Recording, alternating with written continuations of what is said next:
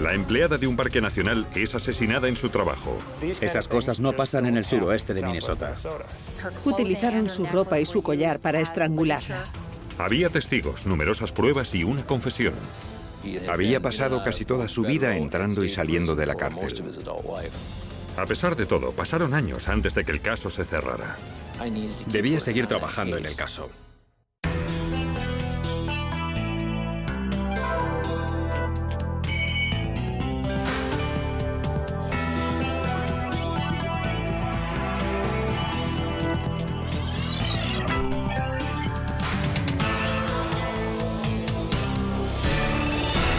Crímenes imperfectos. Ojo avizor. Los parques estatales suelen ser lugares tranquilos, seguros y muy adecuados para las familias. Cuando Carrie Nelson se le presentó la oportunidad de trabajar en el Parque Estatal de Blue Mounds, en Minnesota, no lo dudó. Ella daba la bienvenida a todos los excursionistas y campistas que pasaban por la oficina. Era la persona perfecta para ese trabajo.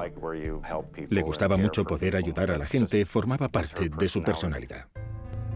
Carrie estaba encantada con su trabajo, pero una soleada tarde de mayo de 2001, uno de sus colegas entró en la oficina del parque y se topó con un horrendo descubrimiento. I've got a dead parks worker on the floor. A dead what? I've got a dead parks worker on the floor of the office. Encontró el cadáver de Carrie en medio de un charco de sangre. El descubrimiento del cadáver fue un suceso traumático en el vecindario. Recuerdo que me llamó mi hermana. Estaba histérica. Solo entendí las palabras, Carrie está muerta, y fue el shock más fuerte que he tenido en mi vida. La policía encontró evidencias de lucha.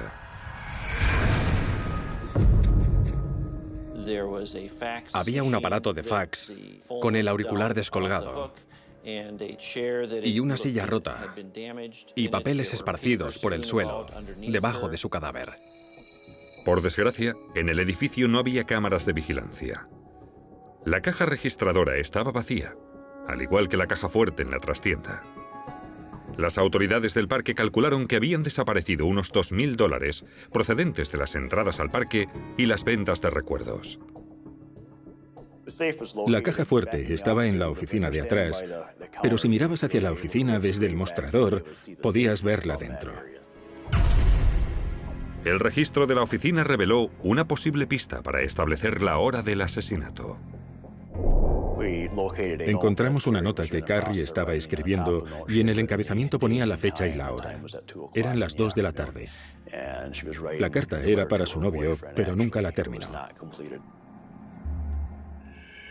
El novio de Carrie quedó descartado enseguida como sospechoso. Se encontraba en Winden, Minnesota, a más de media hora de distancia de allí. Incluso se desmayó cuando le dijeron que su novia había sido asesinada.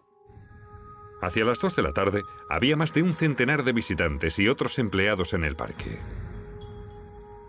Los investigadores descubrieron que Carrie tenía miedo de uno de esos empleados, Steven Barber, un encargado de mantenimiento de 26 años. Carrie había contado a una de sus amigas que tenía la sensación de que Barber la perseguía y no la dejaba en paz. Carrie y sus amigos sabían que Barber fumaba cocaína y que la vendía desde su trabajo. Carrie había manifestado tener la intención de hablar con la policía sobre este empleado y su abuso de las drogas. ¿Cabía la posibilidad de que Barber hubiera descubierto que Carrie iba a denunciarle? Los $2.000 eran otro motivo. Como Barber estaba metido en drogas, pensamos que habría querido coger el dinero de la caja fuerte. Además, Barber no tenía ninguna coartada en el momento en el que se produjo el asesinato de Carrie.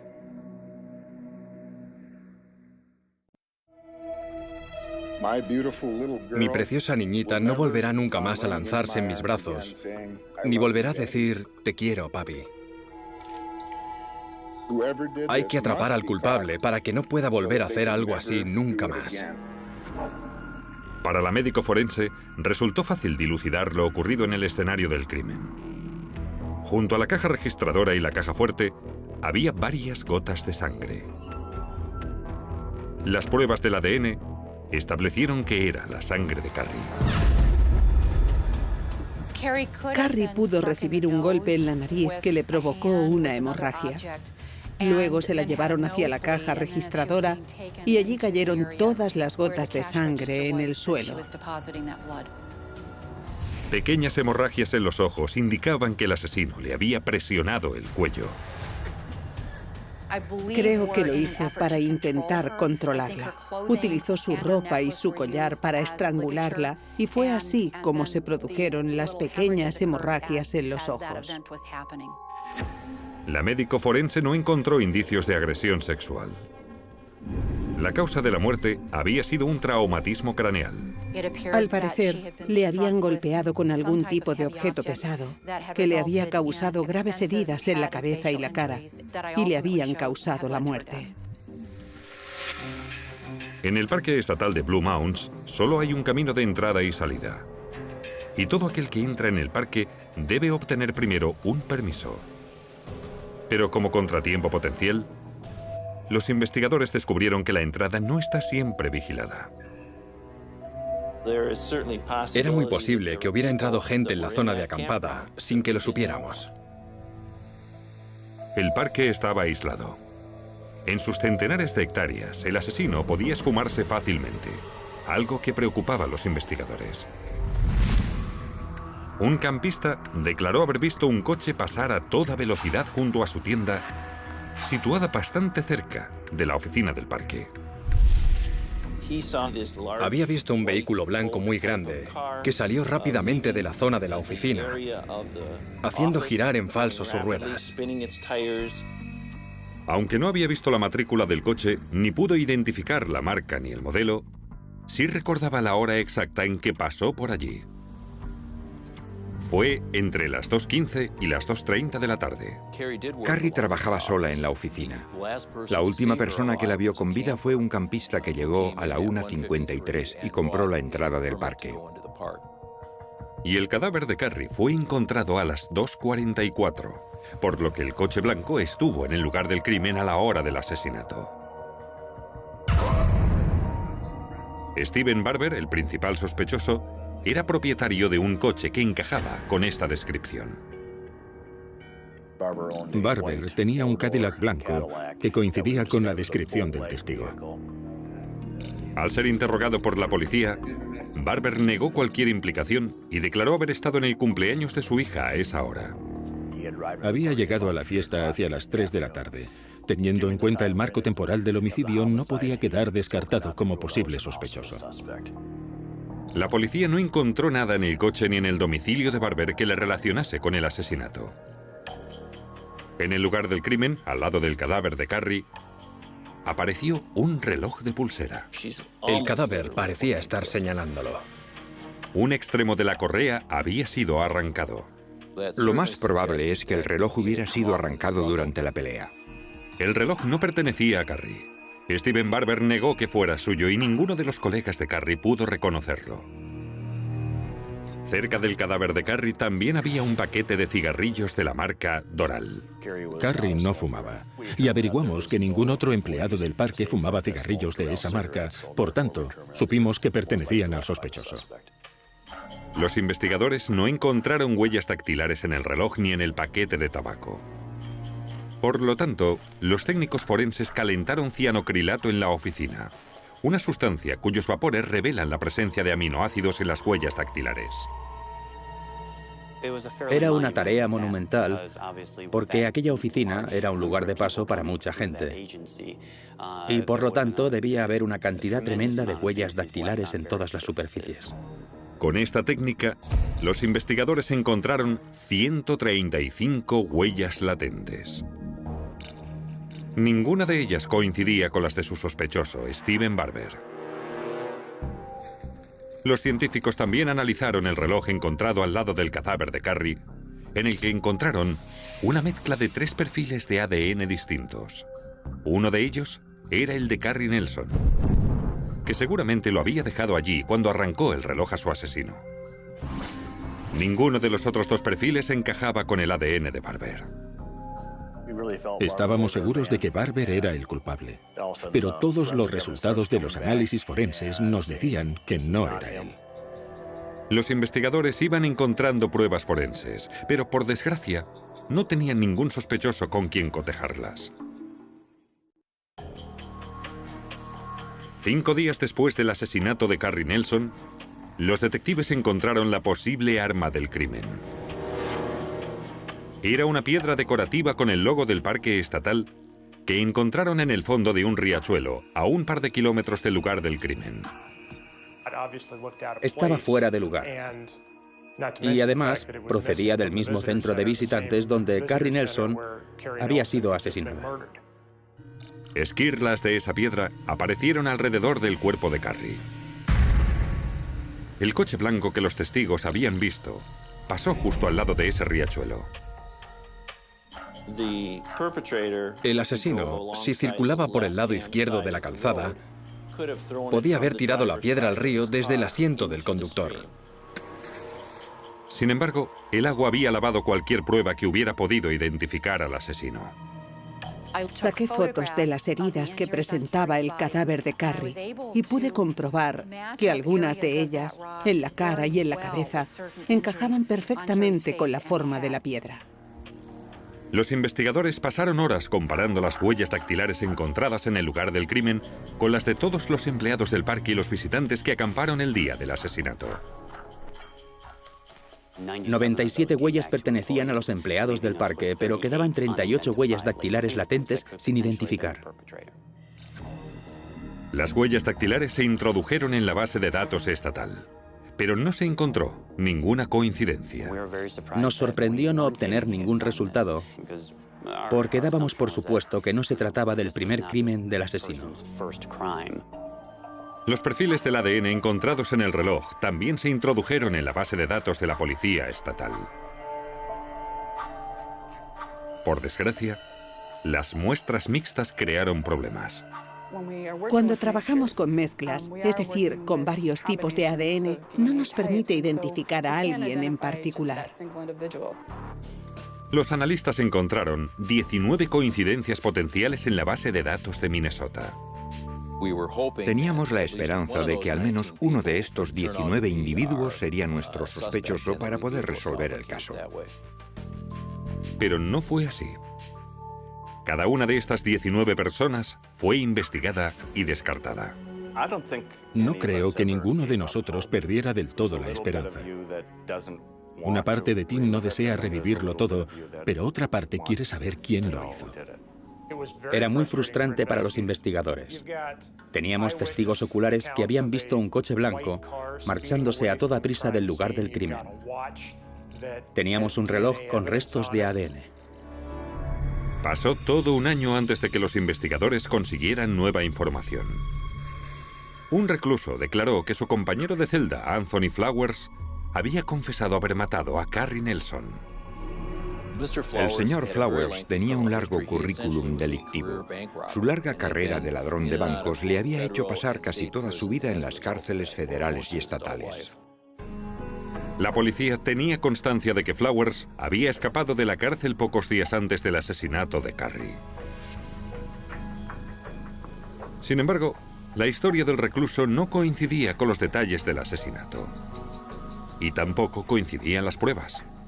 Ninguna de sus huellas dactilares coincidía con las encontradas en el escenario del crimen, y su ADN tampoco respondía a los perfiles encontrados en el reloj de pulsera.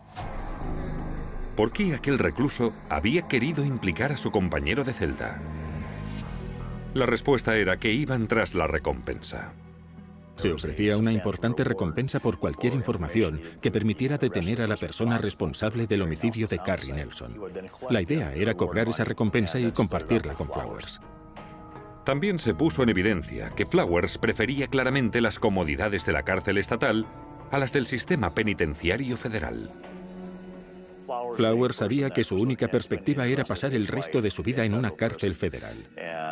Y en nuestra opinión, quería confesar ese crimen para que le internaran en una cárcel estatal de Minnesota, donde tendría una estancia más confortable para el resto de su vida. Una vez más, la investigación quedó en un punto muerto. Durante los 5 años siguientes, los investigadores siguieron trabajando con varias pistas, más de 600 en total. Pero ninguna de ellas dio resultado, hasta que los investigadores volvieron a estudiar las pruebas forenses.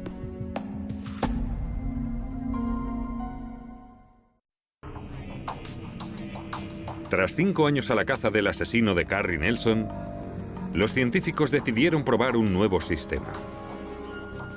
En 2006, la tecnología del ADN estaba mucho más desarrollada que en 2001, y los resultados de los análisis eran mucho más precisos. Por lo tanto, los investigadores pidieron a los científicos que sometieran de nuevo a análisis el reloj encontrado junto al cadáver de Carrie. La correa del reloj era de nylon entretejido, y los investigadores se preguntaron si el sudor del asesino había podido empapar el material. El sudor en sí no contiene ADN, pero arrastra células que sí lo tienen. Y gracias al sudor que empapaba la correa, podíamos encontrar células con ADN.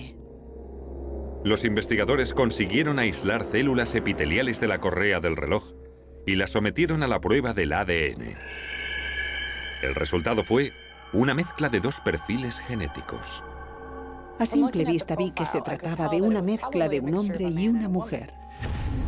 El ADN femenino no era el de Carrie Nelson, y el masculino no coincidía con el de ningún posible sospechoso ni el de nadie en la base de datos de Minnesota. Sin embargo, el paquete de tabaco encontrado en el lugar del crimen dio una pista. El paquete de tabaco llevaba la estampilla de Dakota del Sur, por lo que se deducía que los cigarrillos habían sido comprados allí. Los investigadores mandaron el perfil del ADN a las autoridades de Dakota del Sur, pidiéndoles que lo compararan con los perfiles de ADN en su base de datos de delincuentes fichados. Encontraron una coincidencia. El ADN procedente de la correa del reloj correspondía al de Randy Sweeney, un delincuente de poca monta de 35 años que se encontraba en aquellos momentos cumpliendo una condena de 30 meses en Dakota del Sur. Su forma de operar era reconocer primero el terreno. Así que aquel día podía haber ido al parque estatal con la intención de reconocer el terreno. Pero los investigadores seguían sin saber a quién pertenecía el ADN femenino encontrado en la correa del reloj. La policía empezó su búsqueda investigando la fuente más lógica, la mujer de Randy Sweeney, Dawn, y tal como habían supuesto, su ADN coincidía con la otra mitad de la mezcla. Eso significaba que Dawn era una posible sospechosa y debíamos investigarla. Pero los investigadores descubrieron que en el momento del crimen, Dawn estaba trabajando. A veces se ponía aquel reloj para ir a trabajar, y eso explicaba la presencia de su ADN. Dawn también proporcionó a la policía esa foto donde aparece Randy Sweeney con el reloj en la muñeca. En una de las fotos, el cierre de la correa coincide con la marca dejada en la correa del reloj encontrado en el lugar del crimen. En otra fotografía aparecía Sweeney con un paquete de cigarrillos Doral. También era el propietario de un coche blanco muy grande. El coche de Randy Sweeney y su mujer encajaba con la descripción del vehículo que había sido visto alejándose del parque el día del asesinato. Y las huellas de las palmas encontradas en el mostrador de la oficina y en un trozo de papel junto al cadáver de Carrie coincidían con las de Randy Sweeney. Si anda como un pato, grazna como un pato y parece un pato, es un pato.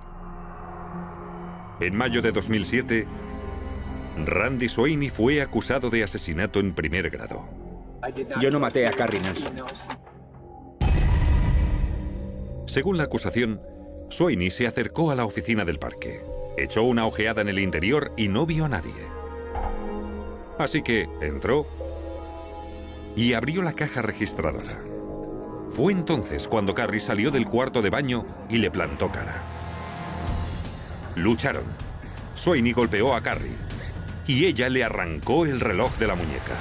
Sweeney arrastró a Carrie hasta la trastienda y la obligó a abrir la caja fuerte. Tras apoderarse de los $2000, Sweeney decidió no dejar ningún testigo. Cogió la piedra decorativa y golpeó con ella a Carrie 5 veces seguidas. La fuerza de los golpes hizo caer el paquete de cigarrillos que llevaba en el bolsillo. Se marchó con el arma homicida y la lanzó al cercano riachuelo, creyendo haber eliminado todas las pruebas incriminatorias del lugar del crimen. No imaginaba que en realidad las había dejado allí, casi todas. La vida es algo muy frágil, muy valioso, y todo puede cambiar en un momento.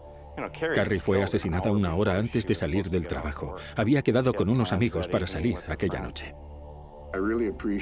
Agradezco muchísimo a las personas de esas comunidades que hayan conservado la foto de Carrie en las paredes, en los negocios y tiendas, y que la hayan guardado en su corazón con tanto amor.